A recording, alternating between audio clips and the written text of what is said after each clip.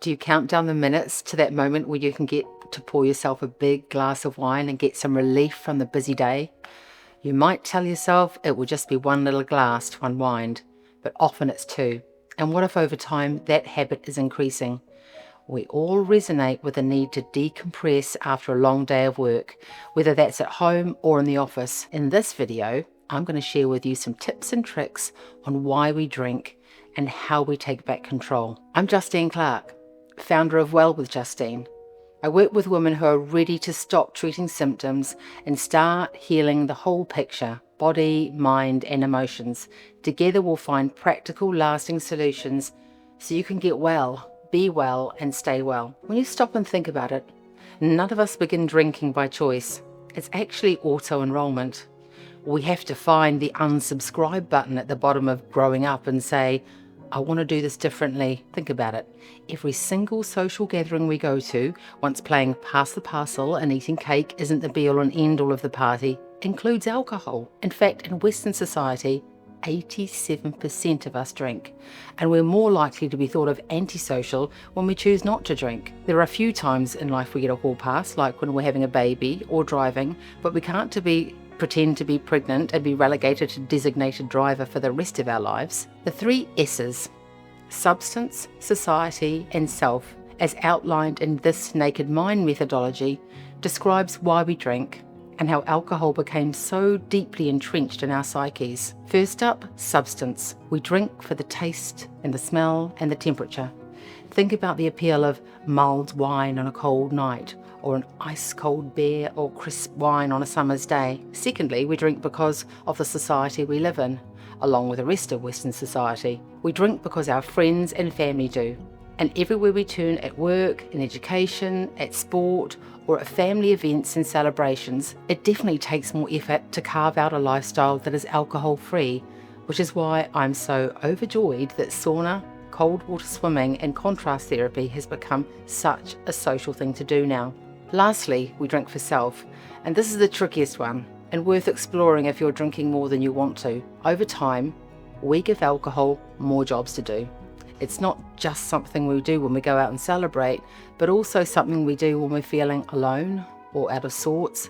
And it's this accumulation of jobs that gives alcohol a starring role in your life that you didn't cast. Remember, to be fully balanced, we need to address the 6 core elements of well-being: emotions, stress, blood sugars, hormones, the immune system, and digestion. Alcohol can affect each and every one of these, so it's worth challenging your drinking habits and relegating alcohol back to a minor role. How many people ask if drinking is a problem? Some of us spend a lot of time wondering how much is too much, especially the morning after the night before. The simplest way to answer this question is, are you drinking more than you want to, or more than you plan to? If the answer is yes, I'm here to tell you that it's not your fault, and it's possible to make change without going to AA. This may be contentious, but This Naked Mind methodology says that you are not the problem. It's alcohol that's the problem. All alcohol contains ethanol. It is a poison, harmful to the body and addictive. But if we take away the jobs we give alcohol to do and replace it with something else, or we remove the substance entirely, the problem literally goes away. Unlike a disease, which can't be taken out with the rubbish. The brain loves new tricks, which is called neuroplasty, and learning to replace alcohol with something else quickly becomes the new habit.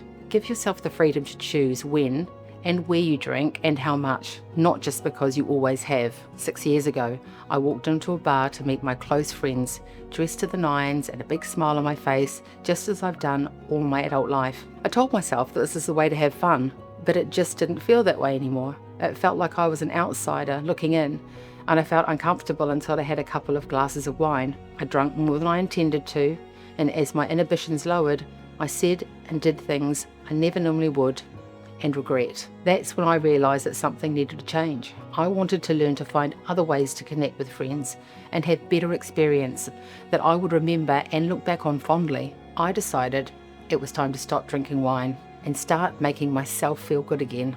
I started by researching and reading how other people made lifestyle change and committed to getting curious about my relationship with alcohol. It wasn't an easy road. I had blips along the way, which reminded me how much I love clear-headed mornings, the respect of my kids, and a renewed understanding of why my habits no longer serve me. The reason I'm telling you this is because changing your relationship with alcohol can feel like you're pushing against the tide of society, and it feels embarrassing to admit that your drinking has become a thing. It is important that I share this with you so I can tell you how I found my authentic self, someone who I'm proud of and I can see a future with. I relate to that deep desire for change and can share with you how you can transform your beliefs around alcohol. But how can you reduce your alcohol consumption? You've tried, right? Our methodology looks at the problem from a different angle. We stop trying to move away from alcohol and start moving towards a new drink or a new evening routine. Let's get curious about why you drink in the first place. You may find that it's the cold liquid in a special glass that hits the spot, not the alcohol itself. I personally am very partial to a very gingery ginger beer with lots of ice and lime. We all know the health risks of drinking too much, but it's difficult to change your behaviour when the world around you wants you to have just one more.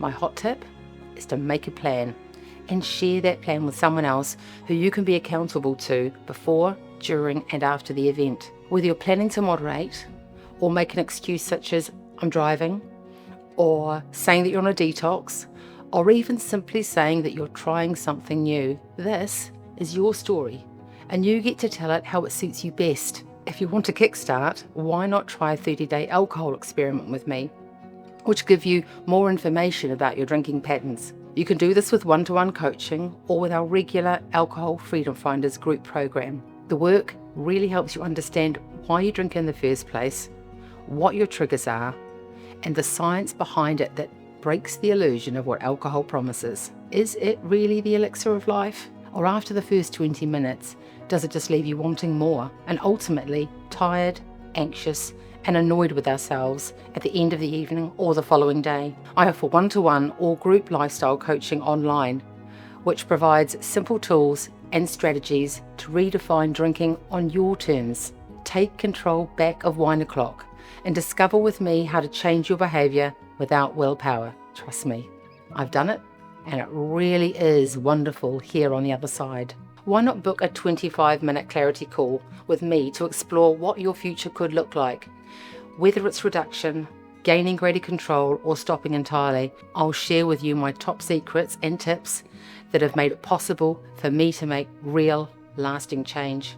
Book in the link below.